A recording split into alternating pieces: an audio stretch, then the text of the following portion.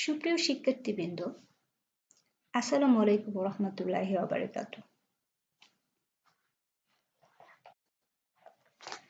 এই মহামারী করোনার সময়ে ডিপ্লোমা ইন ইঞ্জিনিয়ারিং শিক্ষাক্রমের সকল শিক্ষার্থীদের জ্ঞানার্জনের সহায়তার প্রয়াসে আমার এই ক্ষুদ্র প্রচেষ্টা। আজকে আমি তোমাদের সাথে যে বিষয়টা নিয়ে আলোচনা করব সেটা হচ্ছে তোমাদের শিক্ষাক্রমের বাংলা বইয়ের বাংলা সাহিত্য অধ্যায় 2 এর বাংলা সাহিত্যের অংশটা। আর এই অনলাইন ক্লাসের মনোযোগ সহকারে তোমরা আমার সাথে থাকবা, আমি সেটা আশা করি। প্রথমে আমি তোমাদের স্বাগতম জানাচ্ছি বাংলা সাহিত্যের জগতে। বাংলা সাহিত্য কতটা ঐশ্বর্যমণ্ডিত, কতটা সুন্দর, আশা করি আজকে এই কবিতার মাধ্যমে আমরা সেটা কিছুটা হইলেও বুঝতে পারবো। আর সৃষ্টিকর্তার কাছে অসংখ্য ধন্যবাদ যে উনি আমাদের এই মহামারীর মধ্যেও সুস্থ রেখেছেন এবং আমি তোমাদের মাঝে এই অংশটা নিয়ে উপস্থিত হতে পেরেছি বলে। আসো আমরা মূল বিষয়ে চলে যাই।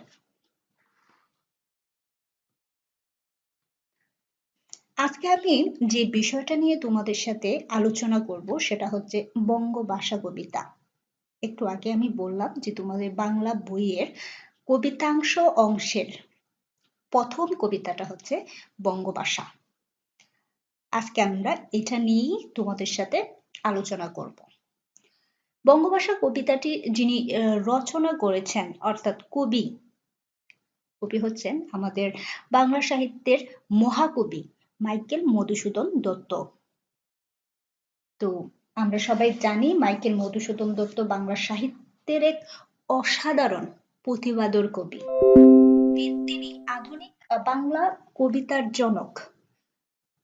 অর্থাৎ আমরা এখানে দুটো তথ্য পাচ্ছি, একটা হচ্ছে যে মাইকেল মধুসূদন দত্ত বাংলা সাহিত্যের প্রতিভাধর কবি এবং উনি আধুনিক বাংলা কবিতার জনক। তো আসো আমরা দেখে নেই যে মাইকেল মধুসূদন দত্ত সম্পর্কে কিছু তথ্য যেটা আমাদের জানাটা খুব দরকার। প্রথমে আমি তোমাদের দিয়ে দিচ্ছি হচ্ছে মাইকেল মধুসূদন দত্ত সম্পর্কে কিছু তথ্য।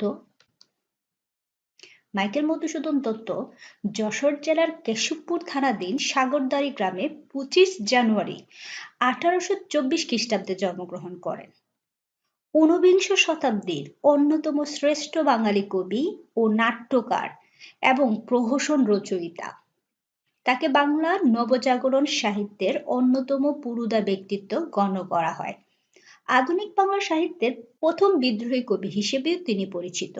অর্থাৎ মাইকেল মধুসূদন দত্ত যেমন বাংলা কবিতার জনক,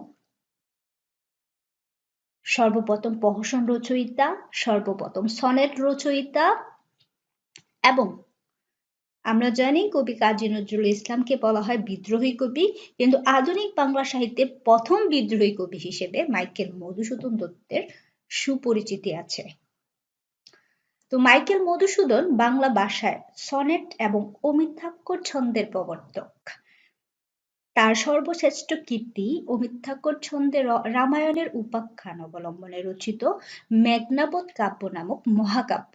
অর্থাৎ এখান থেকে আমরা আরেকটা তথ্য পাচ্ছি, প্রথম সার্থক মহাকাব্য রচয়িতা হচ্ছেন মাইকেল মধুসূদন দত্ত এবং তার রচিত মহাকাব্যের নাম হচ্ছে মেঘনাবধ কাব্য, যে মেঘনাবধ কাব্যটা মূলত রামায়ণের উপাখ্যান।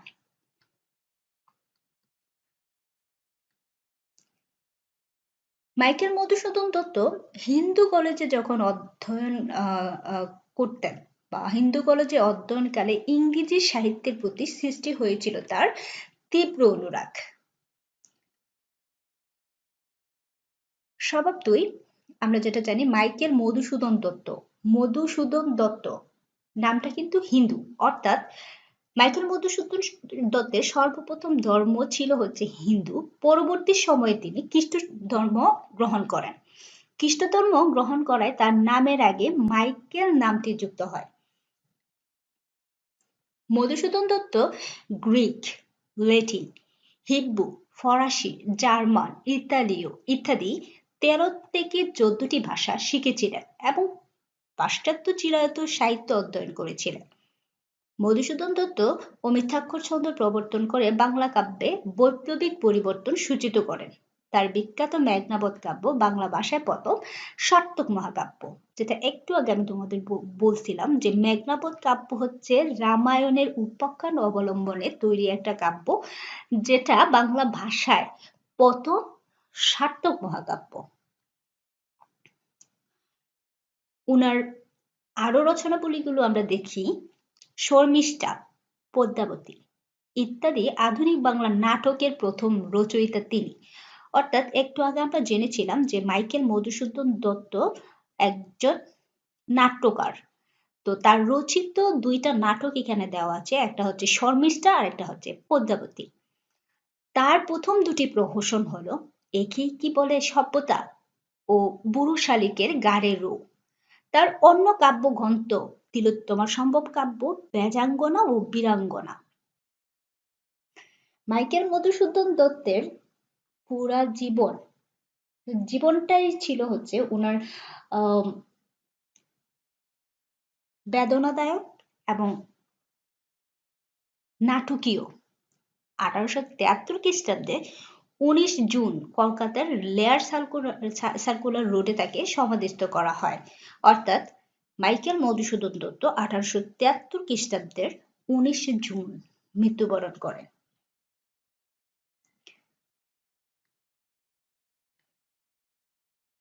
এখন আমরা যেটা দেখবো যে বঙ্গভাষা কবিতাটি আমরা এক নজরে আবৃত্তি করব।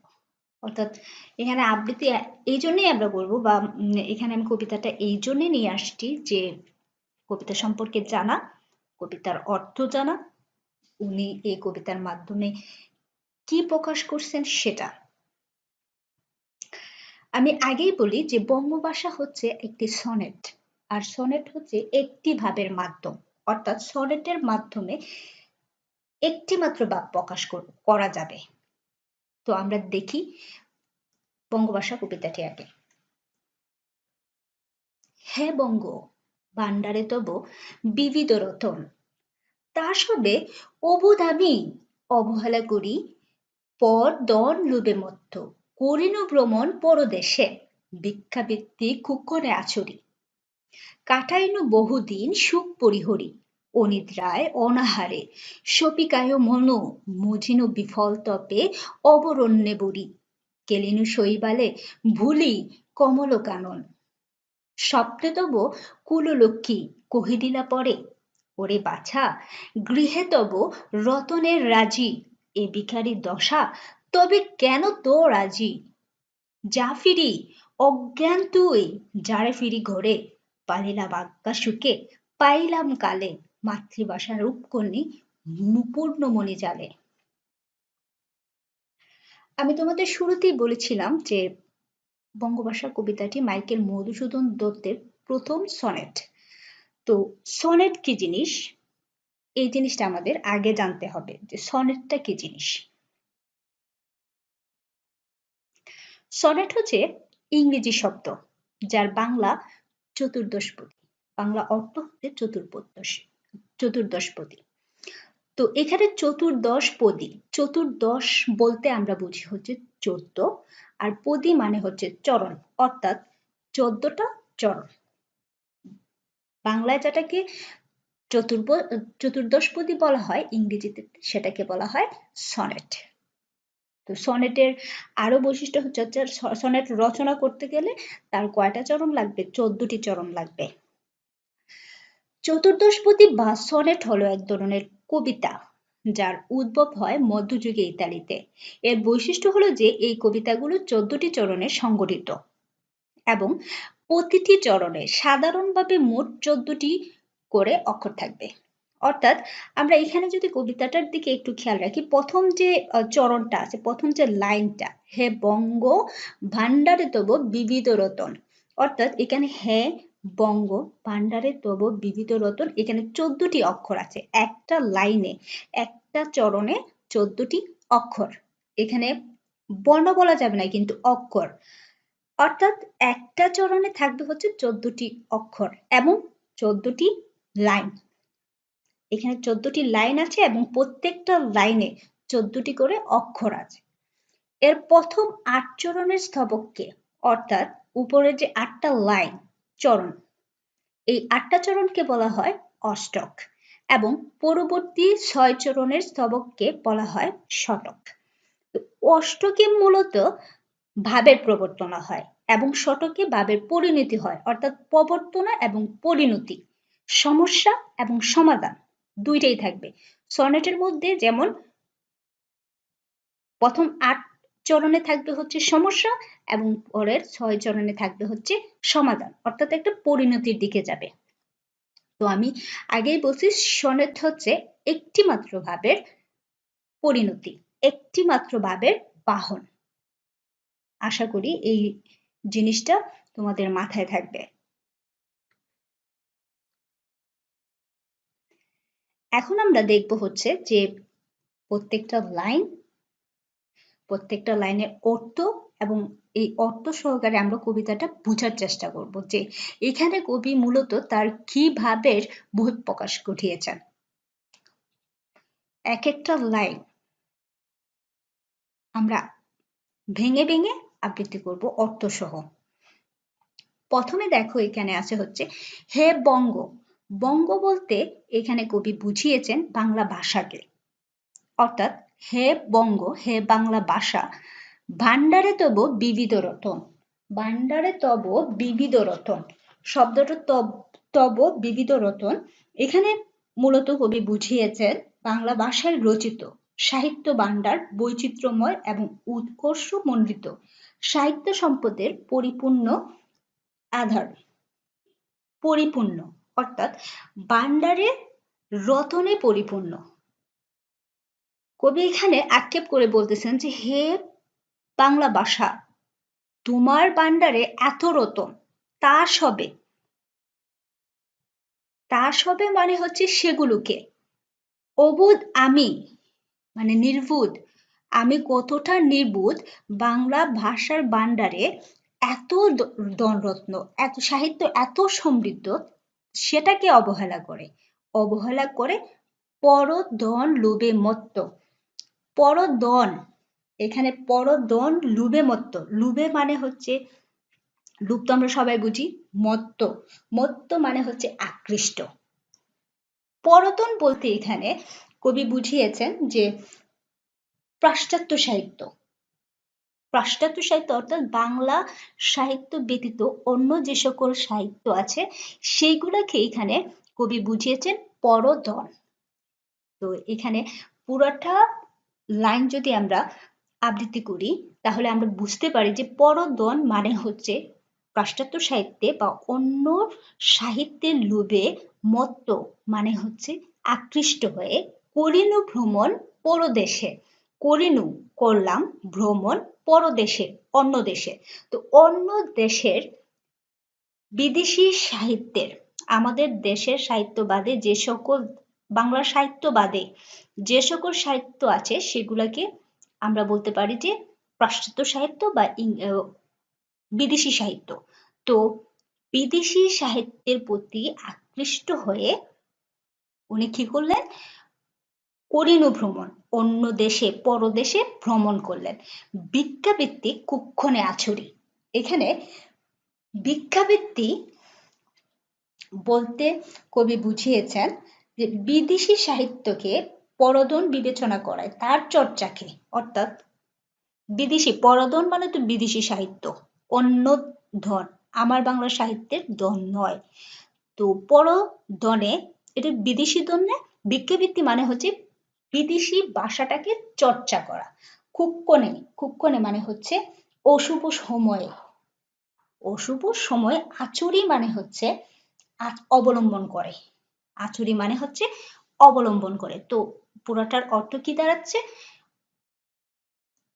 পরধন লোভে মত্ত মানে অন্য বিদেশি সাহিত্যের লোভে মত্ত হইয়া পরদেশে কবি গেছেন এবং সেটাকে চর্চা করা শুরু করছেন, চর্চা করা শুরু করছেন। কাটাইনো বহুদিন সুখ পরিহরি, কাঠাইনু মানে হচ্ছে কাঠালাম, অর্থাৎ অতিবাহিত করা, বহুদিন, অনেক দিন, সুখ পরিহরি, সুখ পরিহরি।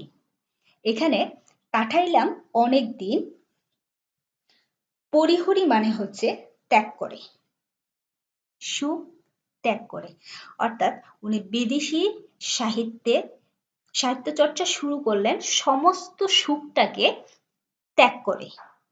অনিদ্রায়, অনাহারে, সপি কায় মন, অনিদ্রায় ঘুম নেই, অনাহারে খাবার নেই, সপি সপি মানে সপে দেওয়া, সপে দেওয়া বা আমরা বলতে পারি হচ্ছে সমর্পণ করা, কায় দেহ, মন মানে হচ্ছে অন্তর, মন, মন অথবা অন্তর, অর্থাৎ অনেকদিন কাটাইলাম সুখগুলাকে ত্যাগ করে অনিদ্রায়, ঘুমহীন, খাবারহীন, সপে দিয়ে, মন এবং শরীরটাকে সপে দিয়ে বহু সুখ পরিহার করে অনেক দিন কাটাইলাম।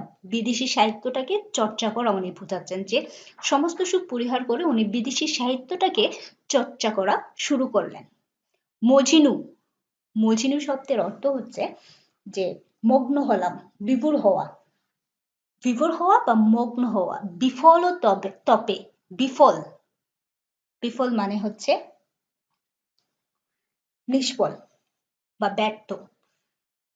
মানে আমি বিভোর হলাম, মগ্ন হলাম, বিদেশি সাহিত্য চর্চায় মগ্ন হলাম, মগ্ন হওয়ার পরে এখানে উনি বিফল হয়েছেন, বিফল মানে হচ্ছে ব্যর্থ হয়েছেন, তপে মানে হচ্ছে তপস্যা, অর্থাৎ সাধনা করে উনি বিফল হয়েছেন। অবরণ্যে পড়ি, যা বরণ বা গ্রহণযোগ্য নয়, অর্থাৎ বিদেশি সাহিত্য তাকে গ্রহণ করেনি, তাকে গ্রহণ, বরি মানে হচ্ছে বরণ করা, অবরণ্যে মানে হচ্ছে গ্রহণযোগ্য নয়, অর্থাৎ উনি সমস্ত সুখকে পরিহার করে বিদেশি সাহিত্যে মন প্রাণ কি সপে দিল, কিন্তু ফলাফল আসলো হচ্ছে বিফল, ব্যর্থ, ব্যর্থ তপস্যা করছে উনি। মাতৃভাষা, মাতৃভাষা চর্চাকে অবহেলা করে উনি বিদেশি ভাষা চর্চা করে কি হয়েছে, সাধনায় ব্যর্থ হয়েছে। কেলিনু শৈবালে ভুলি কমল কানন, কেলিনু মানে হচ্ছে খেলা করলাম শৈবালে, শৈবালে বলতে শৈবাল বলতে বুঝি আমরা হচ্ছে শেওলা, অর্থাৎ খেলা করলাম শেওলা, শেওলায় ভুলি কমল কানন, এখানে ভুলি মানে হচ্ছে ভুলে যাওয়া, কমল কানন, কমল কানন টা মূলত পদ্মবনকে, অর্থাৎ পদ্মবনকে ভুলে আমি শৈবাল নিয়ে খেলা করলাম, লাইনটার অর্থটা হচ্ছে এরকম যে কমল কানন পদ্মবনকে ভুলে আমি শেওলা নিয়ে খেলা করলাম। এখানে শৈবাল বলতে কবি বুঝিয়েছেন হচ্ছে শৈবাল বা শেওলা বলতে কবি বুঝিয়েছেন হচ্ছে ইংরেজি সাহিত্যকে বা বিদেশি সাহিত্যকে, আর কমল কানন পদ্মবন বুঝাইছেন হচ্ছে বাংলা ভাষাকে, অর্থাৎ এখানে শৈবাল ইংরেজি সাহিত্যকে শৈবালের সাথে উনি তুলনা করছেন, আর কমল ও কাননকে বাংলা সাহিত্যের সাথে উনি তুলনা করছেন। তার মানে বিষয়টা হচ্ছে এরকম, বাংলা ভাষা ও সাহিত্যকে উপেক্ষা করে বিদেশি ভাষা ও সাহিত্য চর্চা করে তিনি ভুল করেছেন এবং তার সাধনা ব্যর্থ হয়েছে। এ যেন পদ্মবনকে অর্থাৎ মাতৃভাষাকে উপেক্ষা করে শেওলা নিয়ে খেলা করা। আমরা বঙ্গভাষা কবিতার প্রথম অষ্টক অংশটার সারসংক্ষেপ বুঝলাম যে এখানে কবির ভাবের প্রবর্তন হয়েছে, কিন্তু অর্থাৎ এখানে সমস্যাটা তুলে ধরছেন। এখন আমরা দেখব হচ্ছে শতক অংশটা। স্বপ্নে তব কুললক্ষ্মী কহি দিলা পরে, অর্থাৎ স্বপ্নে তব, তব বলতে তো আমরা জানি স্বপ্নে তব কুললক্ষ্মী, কুললক্ষ্মী বলতে এখানে কবি বুঝাইছেন হচ্ছে মাতৃভাষার অধিষ্ঠাত্রী দেবী, অর্থাৎ একজন তার কল্পনার দেবীকে উনি কুললক্ষ্মী হিসেবে কল্পনা করছেন, যে স্বপ্নে দেবী রূপে মাতৃভাষার দেবী রূপে উনার আগমন হয়েছে এবং ওই দেবী বলতেছে যে ওরে বাছা গৃহে তব রতনের রাজি। অর্থাৎ আমরা যদি পুরোটা বলি যে গৃহে তব রতনের রাজি, গৃহ বলতে এখানে বাংলা সাহিত্যকে বোঝানো হয়েছে। বাংলা সাহিত্যে এত রতন, এত ঐশ্বর্যমণ্ডিত, এগুলা ছেড়ে এ ভিখারি দশা তবে কেন তোর আছি।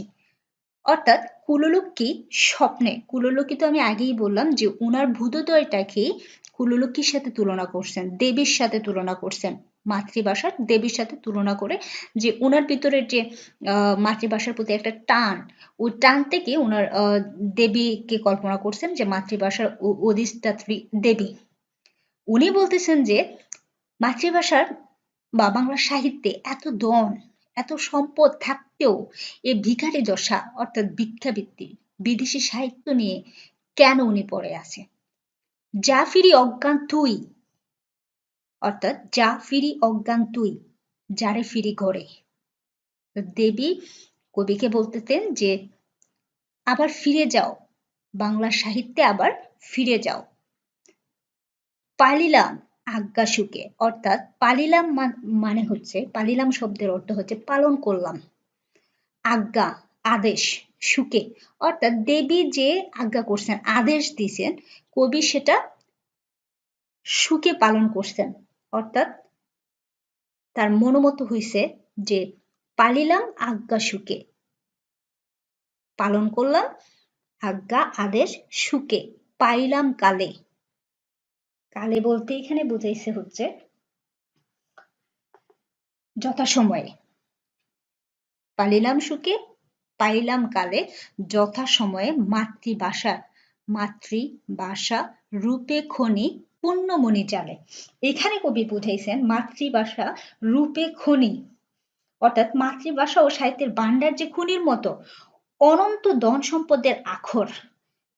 খনি থেকে যেমন বিচিত্র রত্নরাজি লাভ করা যায়, তেমনি বাংলা ভাষা ও সাহিত্য অজস্র অর্জন, ঐশ্বর্য ও সম্ভাবনায় ভরপুর। তার মানে কবি শেষ পর্যন্ত বুঝতে পারছেন যে বিদেশি সাহিত্য চর্চা করে কোনো লাভ নেই, বাংলা সাহিত্যই হচ্ছে তার আসল জায়গা। পরে মাইকেল মধুসূদন দত্ত মূলত এই বঙ্গভাষা কবিতার মাধ্যমে তার ব্যক্তি জীবনের যে চরিত্রটা সেটাই ফুটাই ধরছে। আমি তো তোমাদের সাথে আগেই কথা বলছিলাম যে মাইকেল মধুসূদন দত্ত বিদেশি সাহিত্যের প্রতি আকৃষ্ট হয়েছিলেন এবং বিদেশি সাহিত্য অর্থাৎ ইংরেজি সাহিত্যে রচনা করার পরে উনি তেমন সমৃদ্ধ হননি। পরবর্তীতে উনার বোধোদয় হয়, উনি বাংলা সাহিত্য চর্চা করা শুরু করেন এবং চর্চা করার পরে উনি কি কি রচনা করছেন, কি কি বাংলা সাহিত্যের জন্য উনি কি কি করছেন, আমি কিন্তু সম্পূর্ণটাই তোমাদের সাথে আলোচনা করছি। আশা করি তোমাদের কাজে আসবে। এখন আমরা কবিতাটার সার সংক্ষেপ দেখব। অর্থাৎ এতক্ষণ পর্যন্ত আমি তোমাদের যে কথাগুলো বললাম, বঙ্গভাষা কবিতাটা বিশ্লেষণ করলাম, এই বিশ্লেষণ করার কবিতাটার মূল অর্থটা কি, বিশ্লেষণ করার পর আমরা কি বুঝলাম। বঙ্গভাষা কবিতাটি অক্ষরবৃত্তের ছন্দে রচিত, প্রতিটি চরণে 14 মাত্রার দুটি পর্ব, প্রথম পর্ব 8 মাত্রার ও দ্বিতীয় পর্ব 6 মাত্রার। সনেট কবিতাটি একটি বিশেষ ধরনের রূপকল্প। এই কবিতায় কবি ব্যক্তি জীবনের প্রভাব পড়েছে। বঙ্গভাষা শুধু বাংলা সাহিত্যের প্রথম সনেট নয়, এটি বাংলা সাহিত্যের সেরা সনেটগুলিরও একটি। কবি প্রথমে বাংলা ভাষাকে অবহেলা করেছিলেন, কিন্তু পরে যখন বুঝতে পেরেছিলেন তখন তিনি বাংলা সাহিত্য রচনা করতে শুরু করেন। বাংলা সাহিত্যে তিনি পূর্ণ সার্থকতা লাভ করেন। মাতৃভাষা ঐশ্বর্যময় রত্ন রাজিয়ে যে কবিকে জীবনের ব্যর্থতা থেকে মুক্তি দিয়েছে, এ অনুভূতি কবিতাটিতে প্রকাশ পেয়েছে। মাতৃভাষায় কথা বলে যে আনন্দ লাভ করা যায় তা অন্য ভাষায় পাওয়া যায় না। মাতৃভাষাই হচ্ছে আমাদের অমূল্য রতন। এখন আমি এতক্ষণ পর্যন্ত তোমাদের সাথে বঙ্গভাষা নিয়ে যতটুকু আমি আলোচনা করলাম, যতটুকু জ্ঞান তোমাদের সাথে আমি ভাগ করে নিলাম, এখন আমার এই কষ্টটা সার্থক হবে যে যদি তোমরা এই অধ্যায়ের প্রশ্নগুলা দেখো এবং এটার প্রতি উত্তর আমাকে দাও। আর প্রতি উত্তর তোমরা আমাকে এইভাবে দেবা যে কমেন্টের মাধ্যমে তোমরা জানাই দিবা যে এই অধ্যায়ের থেকে তোমরা কি শিখছো এবং প্রশ্নের উত্তরগুলো তোমরা দিতে পারতেছো কিনা। আসো দেখে নিই প্রশ্নগুলো কি কি। আমি তোমাদের জন্য প্রথম প্রশ্ন রাখছিলাম হচ্ছে মাইকেল মধুসূদন দত্ত কত খ্রিস্টাব্দে জন্মগ্রহণ ও মৃত্যুবরণ করেন। আশা করি যদি আমার টিউটোরিয়ালটি আমার লেকচারটি যদি তোমরা মনোযোগ সহকারে শুনে থাকো তাহলে এই প্রশ্নের উত্তর তোমরা খুব সহজে দিতে পারবে। উত্তরটা তোমাদের দিতে হবে কমেন্টের মাধ্যমে। দ্বিতীয় প্রশ্ন হচ্ছে বঙ্গভাষা কবিতাটি কোন ছন্দে রচিত। আশা করি এটাও তোমাদের অসাধ্য হবে না। তৃতীয় প্রশ্ন হচ্ছে বাংলা সাহিত্যে সনেট ও অমিতাক্ষর ছন্দের প্রবর্তক কে। কমেন্টের মাধ্যমে জানিয়ে দিও। তোমাদের কমেন্টের মাধ্যমে জানালে আমি পরবর্তী লেকচারের জন্য অনুপ্রাণিত হব। আশা করি তোমরা এই কাজটি করবে। পরিশেষে এই করোনাকালীন সময়েও এতটা সময় ধরে আমার লেকচার যারা যারা শুনছো তাদের সবাইকে ধন্যবাদ এবং সবার সুস্বাস্থ্য এবং দীর্ঘায়ু কামনা করে আমার আজকের আলোচনা এখানেই শেষ করছি। সবাইকে অনেক অনেক ধন্যবাদ। সবাই সুস্থ থাকো, সুন্দর থাকো। আল্লাহ হাফেজ।